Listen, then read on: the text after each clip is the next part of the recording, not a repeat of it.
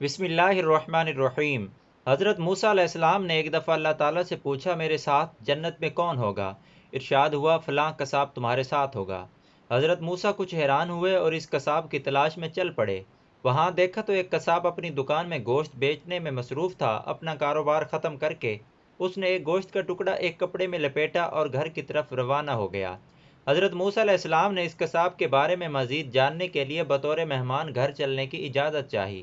گھر پہنچ کر قصاب نے گوشت پکایا، پھر روٹی پکا کر اس کے ٹکڑے شوربے میں نرم کیے اور دوسرے کمرے میں چلا گیا، جہاں ایک انتہائی کمزور بڑھیا پلنگ پر لیٹی ہوئی تھی۔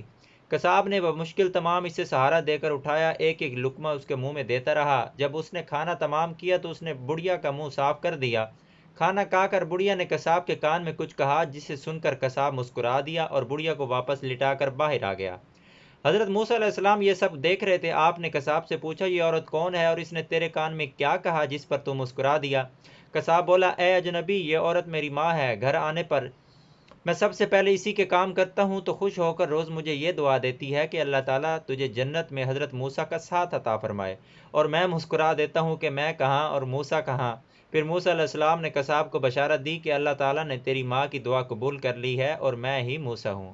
اللہ پاک ہم سب کو والدین کی خدمت کرنے کی توفیق عطا فرمائے۔